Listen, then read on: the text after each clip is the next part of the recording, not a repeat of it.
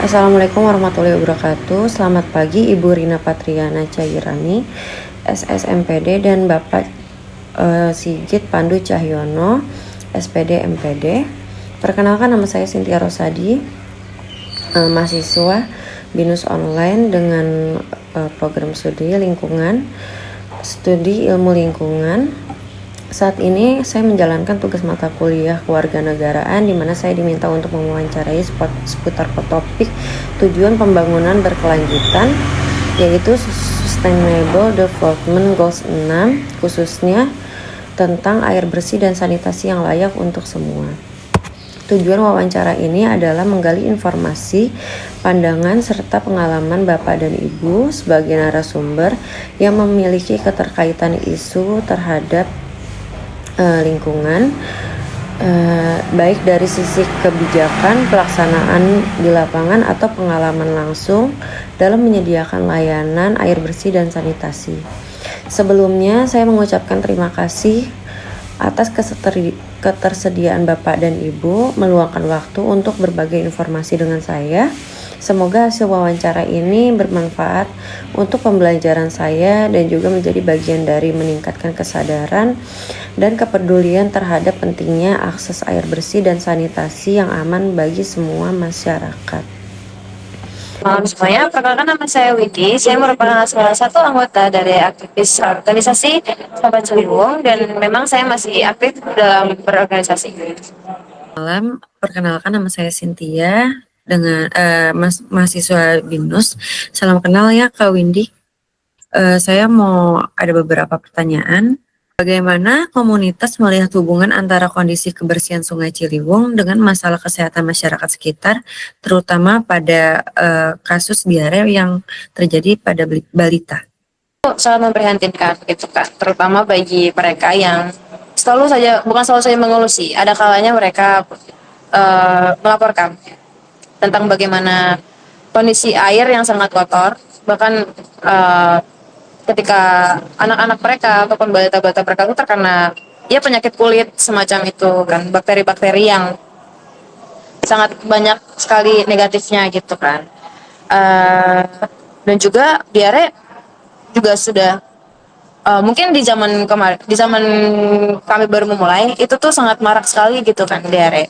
Jadi ya mungkin salah satu caranya adalah kami membangun sebuah komunitas agar bisa masyarakat tuh juga punya pandangan, oh iya, kami menggunakan tempat tersebut otomatis kami juga harus bisa bertanggung jawab seperti itu. Terima kasih Kak. Untuk selanjutnya, adakah kerjasama yang sudah terjalin antara Sahabat Ciliwung dengan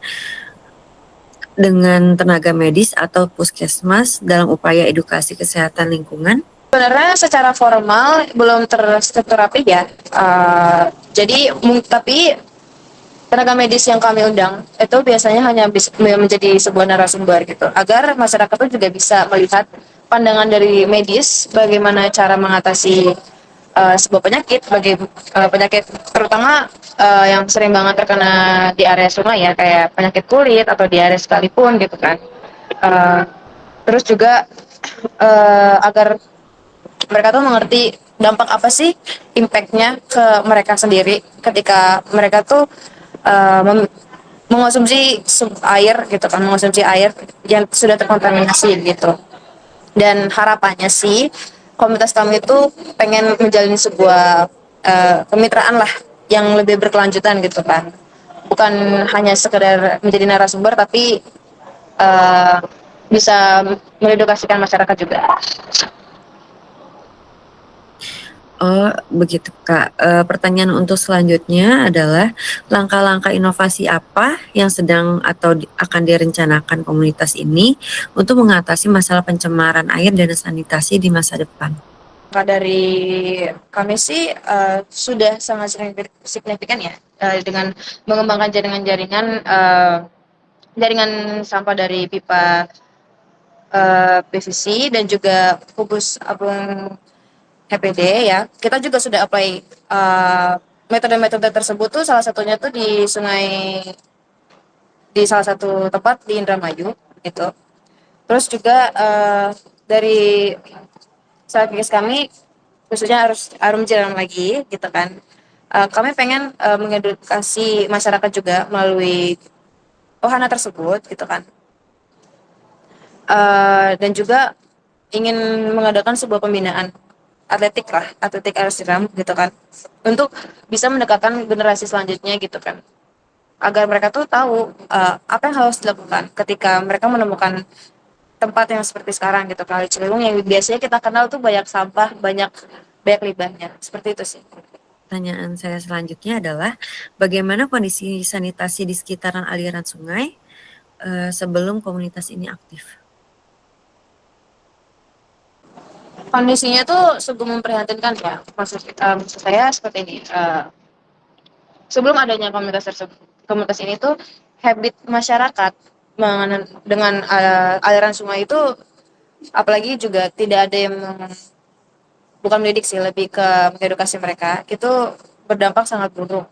Banyak sekali tumpukan sampah gitu, bahkan mereka tidak sadar gitu sebenarnya sumber-sumber dari penyakit yang mereka garap itu sebenarnya dari mana gitu kan. Nah jadi uh, itu sih merupakan salah satu upaya kami juga kenapa adanya terbangun komunitas tersebut. Pertanyaan saya selanjutnya adalah bagaimana pengangkutan, pemilihan, dan pembuangan sampah yang diambil dari sungai? Kalau pengangkutan, biasanya kami itu menggunakan perahu-perahu karet dan juga karung-karung ya, karung-karung yang mungkin bisa dibilang berukurannya cukup besar gitu kan untuk menampung sampah. Dan juga setelah dari pengangkutan, kami melalui proses pemilahan uh, organik. Biasanya kami masukkan lagi ke bank sampah agar bisa dikelola kembali. Dan juga kalau pengolahan lagi sampah organik biasanya kami jadikan sebagai pupuk juga untuk tanaman-tanaman yang sudah kami tanam gitu. Terus pembuangan akhirnya itu yang tidak dapat dikelola biasanya, dan kami tuh bekerja sama dengan dinas lingkungan hidup agar sama-sama yang tidak bisa dikelola itu bisa dimusnahkan. Gitu. Terima kasih Kak. Pertanyaan terakhir dari saya adalah apakah ada penemuan kasus kesehatan yang berkaitan langsung dengan pencemaran air sungai? Ini kan bukan bidang kesehatan, tapi memang banyak banget sih ditemukan kasus-kasus diare gitu kan pada balita. Dan memang itu kondisinya sangat memprihatinkan. Uh, Terus juga banyak banget kasus-kasus yang bahkan gatal-gatalnya itu sampai melukai kulit juga begitu. Itu sih mungkin yang bisa kami temukan di sekitar ya, yang kami lihat. Assalamualaikum warahmatullahi wabarakatuh. Waalaikumsalam warahmatullahi wabarakatuh. Ya, izin memperkenalkan diri. Nama saya Dr. Fatmani Fadila Rahim. Bisa dipanggil Dila. Eh, saya lulusan dari FK Universitas Brawijaya tahun 2021. Saat ini bekerja di rumah sakit dan di klinik swasta di Kota Madiun. Selamat malam, Dr. Hanif, Dr. Fatna Hanif. Perkenalkan, nama saya Cynthia dari Universitas Bina Nusantara. Dengan terkait Sustainable Development Goals 6, saya mau menanyakan tentang apakah dokter sering menemui kasus keterlambatan penanganan akibat kurangnya edukasi pada masyarakat? Kalau kasus keterlambatan penanganan itu ada ya, mungkin ketika di daerah-daerah gitu mungkin ya kurangnya pemahaman, kurangnya edukasi ke orang tuanya, jadi dia nggak tahu tanda-tanda bagaimana yang gawat, bagaimana yang enggak, mana yang bisa mana yang bisa dihandle sendiri, mana yang perlu dibawa ke fasilitas kesehatan, ke puskesmas atau ke rumah sakit. Nah itu dia minim minim pengetahuannya gitu. Jadi kalau misalkan ya mungkin ada orang tua yang menganggap anaknya tidur, anaknya anaknya merem gitu dibilang tidur, padahal bisa jadi itu nggak sadar. Ada yang beberapa hari lalu itu juga pasien saya anak meninggal itu ya dia kondisinya tidur tapi merem terus itu, cuma keluarganya bilang ini tidur, ternyata dia nggak sadar. Nah itu maksudnya dari situ kan kurangnya pemahaman mereka ya tentang gimana sih cara membedakan terutama pada anak kan dia tidak bisa mengeluh. Jadi dia hanya bisa kita hanya bisa melihat kenampakannya aja. Jadi kalau misalkan kita nggak bisa membaca kayak mana anak yang apa dibilang aktif sehat, mana yang udah sakit, nah itu bisa-bisa loss gitu loh. Karena dia nggak bisa minta, tidak bisa bilang sakit, tidak bisa bilang apa namanya sakit perut, sakit apa, nah, kalau nggak sakit demam atau sakit batuk kan dia nggak bisa bilang itu. Bisanya kita apa namanya melihat kondisinya dia seperti itu. Pertanyaan selanjutnya, dalam kondisi sanitasi yang buruk, apakah penggunaan air galon atau isi ulang lebih disarankan? Dan apa resiko yang perlu diperhatikan dokter?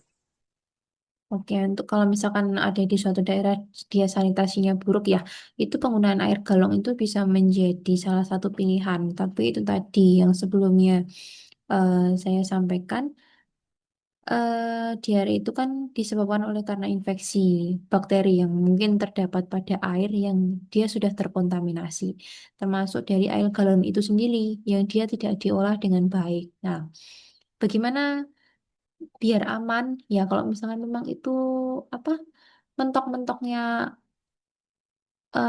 airnya air isi ulang, air galon ya direbus dulu dengan apa namanya mendidih sampai suhu 100 derajat gitu, terus didiamkan baru dibuat minum, dibuat konsumsi sehari-hari lah. Mungkin kalau misalkan untuk apa namanya mencuci pakaian itu ndak usah sampai perlu direbus ya, tapi kalau misalkan masuk ke dalam pencernaan kita terutama balita atau anak-anak itu sebaiknya direbus dulu kalau misalkan itu air isi ulang. Selanjutnya, dari sudut pandang dokter, bagaimana cara terbaik mengukur keberhasilan program edukasi sanitasi? Dan apakah dari angka kasus atau partisipasi warga dan komunitas atau faktor lain? Kalau partisipasi warga itu mungkin bisa menjadi tolak ukur ya, tapi itu bukan tolak ukur yang utama. Mungkin yang utama itu kita melihat dari angka kasusnya, baik itu dari apa namanya angka kematian, terus angka stunting itu kan juga mempengaruhi ya. Angka kematian itu kan kalau pada balita dan anak-anak itu kan sangat diperhatikan oleh pemerintah karena kalau misalkan ada apa namanya dalam satu daerah itu ada yang terkena kasus misalkan lebih dari 10 itu masuknya kan KLB kan apa sudah pernah dengar kan KLB itu namanya kejadian luar biasa kayak malaria atau apa demam berdarah itu bisa KLB. Nah, kita melihatnya dari situ dari angka kematian sama angka stunting itu bisa. Angka stunting kan sekarang kan juga sedang menjadi sorotan lagi setelah beberapa tahun belakangan kan stunting sudah tidak menjadi masalah. Cuma sekarang menjadi masalah lagi karena itu tadi pencemaran air yang meningkat, sanitasinya, apa sanitasi lingkungan baik itu apa dari jambannya itu pengelolaan jamban itu yang banyak orang masih belum tahu bagaimana yang benar itu dia mempengaruhi dari situ sih mungkin yang utamanya ya cuma kalau misalkan yang partisipasi warga itu ya salah satu faktor aja tapi bukan yang utama. Pertanyaan terakhir, Dok, dari saya, adanya kebiasaan budaya lokal yang tanpa disadari memperburuk sanitasi atau resiko penyakit seperti buang air besar di sungai dan mencuci pakaian di sungai. Bagaimana pendekatan medis terhadap hal ini, Dok? Kebiasaan budaya lokal yang bisa memperburuk sanitasi ya misalkan buang air besar di sungai, mencuci pakaian di sungai. Untuk pendekatan medisnya mungkin ini ya. Pertama dari pencegahan penyakit. Pencegahan penyakit kita bisa dari hygiene-nya, dari kebersihan orang itu sendiri.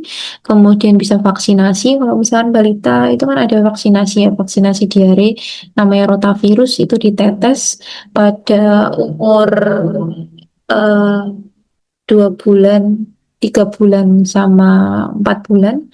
Sebelum 6 bulan itu harus tuntas 3 kali tetes rotavirus itu dia untuk apa? Sebenarnya kalau vaksinasi itu bukan ini ya, bukan untuk terhindar dari penyakit itu, tapi Vaksinasi itu buat menambah imun kita ketika ada infeksi dari apa namanya bakteri atau virus tersebut, kita lebih kebal gitu loh. Jadi apa namanya respon tubuh kita tuh lebih kuat. Jadi tidak terlalu eh, punya dampak yang buruk lah istilahnya, tidak sampai kematian gitu. Terus bisa menjaga air minumnya ya, air minumnya itu tadi. Terus setelah pencegahan penyakit, kita pendekatan medisnya dari penanganan penyakit. Penanganan penyakit itu bisa dari pengobatan diare. Pengobatan diare kan konsepnya kehilangan cairan, berarti kita mengganti cairan itu tadi. Terus kalau misalkan diare diikuti dengan infeksi yang lainnya, itu juga bisa menjadi apa namanya fokusnya juga, karena biasanya apa namanya diare itu ndak infeksinya ndak hanya di diare aja, mungkin ada infeksi di lainnya gitu. Terus penyuluhan itu juga bisa, penyuluhan atau perubahan perilaku ya dari ininya ya, dari individunya itu, bagaimana menerapkan yang tadi yang saya bahas di awal, kayak personal hygiene ya, seperti apa dia, apakah dia orang yang apa sangat menjaga kebersihan, apa yang biasa aja, apa yang nggak peduli, itu juga bisa. Terus yang terakhir itu ada pengembangan infrastrukturnya. Terima kasih dok atas edukasi dan ilmu yang dokter berikan. Semoga bermanfaat untuk kita semua. Terima kasih juga. Terima kasih banyak Bapak dan Ibu atas waktu dan informasi yang diberikan, jawaban dan penjelasan yang disampaikan sangat bermanfaat bagi saya untuk menyelesaikan tugas ini, sekaligus menambah wawasan dan edukasi tentang pentingnya akses air bersih dan sanitasi. Semoga apa yang telah kita disampaikan bisa menjadi kontribusi yang positif dalam pembelajaran saya, dan semoga Bapak dan Ibu selalu diberikan kesadaran, diberikan kesehatan, kelancaran, dan aktivitas sehari-hari. Sekali lagi, wassalamualaikum warahmatullahi wabarakatuh.